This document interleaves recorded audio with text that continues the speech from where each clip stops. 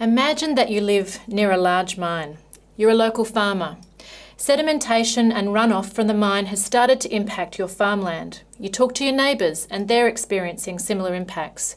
You all want to raise the issue with someone. What do? Perhaps you are a resident from a township close to a large mine and there's excessive dust, noise or traffic. You want to report it. Or maybe your family was resettled when the mine came and the livelihood programs that you were promised are not working out as planned. Or you're a local business owner and the company continues to pay you late, affecting your cash flow and putting your business at risk. There are any number of issues that can arise for local communities when there is mining in their local area. If communities can't find a pathway to have their grievances addressed, many will create their own pathway. That might include community protests or roadblocks. They may go to the media or hire a lawyer and take the company to court. Some people may sabotage equipment, debilitating the operation, and others may resort to violence. None of these options are ideal for the company or the community. Local communities need trusted avenues through which they can raise complaints and grievances. The best case scenario is that people are able to lodge a complaint directly with the company listens, provides a clear response, including investigation if the cause is not clear. If there is disagreement, a third party would be called in to help resolve the issue or progress the matter to the right forum.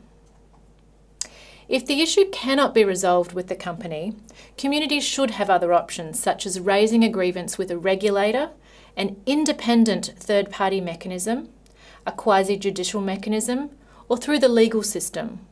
Of course, if there has been a grave abuse or the matter is criminal, the law must be applied. However, these avenues do not always exist. Other times, if they do exist, they may be corrupt or dysfunctional, or communities simply do not have the resources or the knowledge or information necessary to pursue these other avenues, even when they do exist. That's why there has been a recent move to improve grievance handling at the project level and to provide the best possible chance for issues to be resolved locally. Local level community relations is not a new idea, but the idea that a community has access to a dedicated project level grievance mechanism that is culturally appropriate and gender sensitive has gained a lot of traction of late. So what is a grievance mechanism? How would we define it?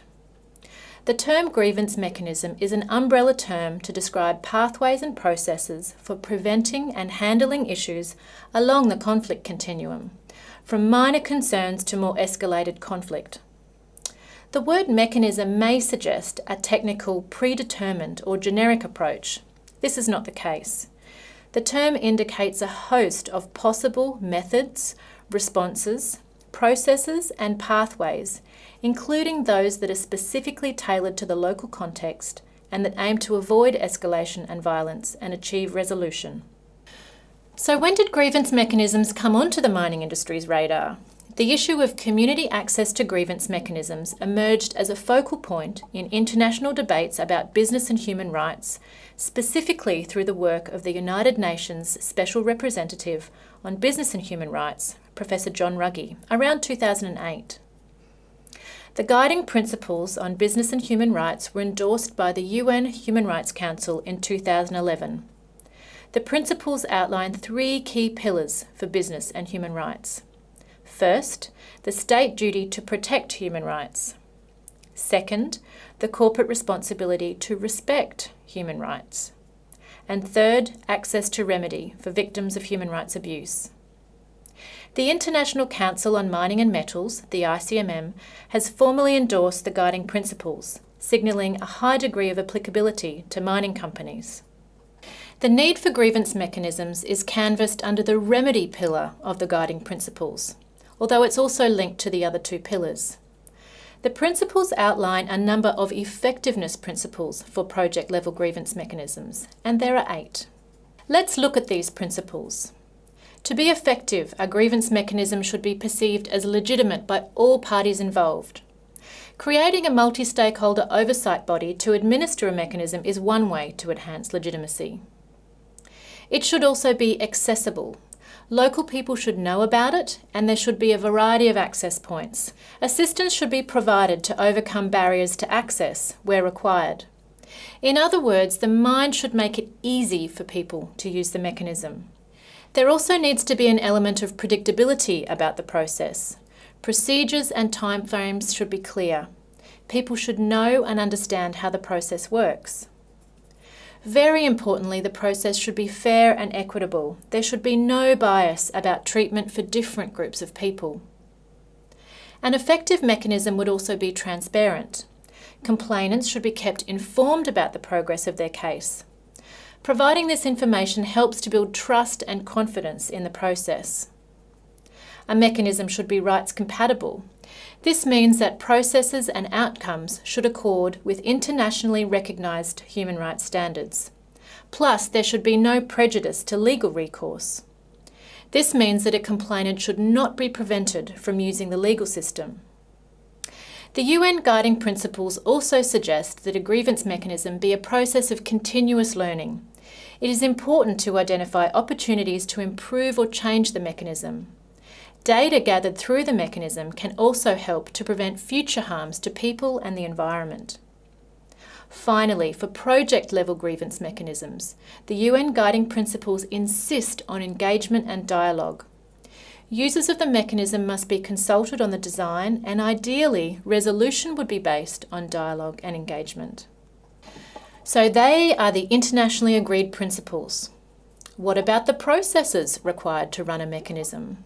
Well, some of the very basic procedural elements should include steps to receive and register complaints, acknowledge receipt, assign responsibility for assessment, undertake joint fact-finding or investigation, track and monitor progress, communicate with the complainant, and of course, resolve the issue where that's possible.